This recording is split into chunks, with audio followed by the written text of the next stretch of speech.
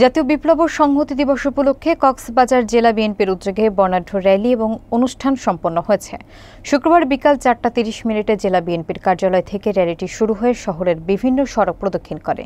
র্যালিতে অংশগ্রহণ করেন বাংলাদেশ জাতীয়তাবাদী তাঁতি দলের কক্সবাজার জেলা শাখার সাবেক আহ্বায়ক ইমাম খালেদ স্বপনের নেতৃত্বে পৌর শহর, রামু উপজেলা এবং সদর উপজেলা শাখার নেতৃবৃন্দ। আরাফাত শিকদারের প্রতিবেদনে দেখুন বিস্তারিত। কক্সবাজারে 7 নভেম্বর জাতীয় বিপ্লব এবং সংহতি দিবসের উদযাপন উপলক্ষে জেলা বিএনপির আয়োজনে একটি বর্ণাঢ্য র্যালি অনুষ্ঠান অনুষ্ঠিত হয়।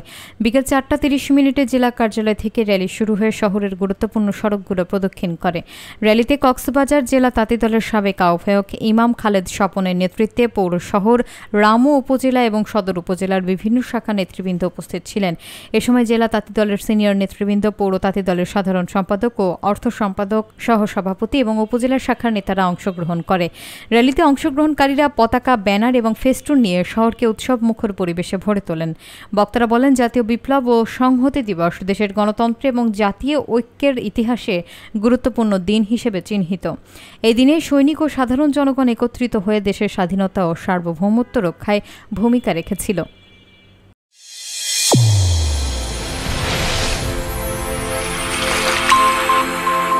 চ্যানেল A1 হৃদয়ের স্পন্দন।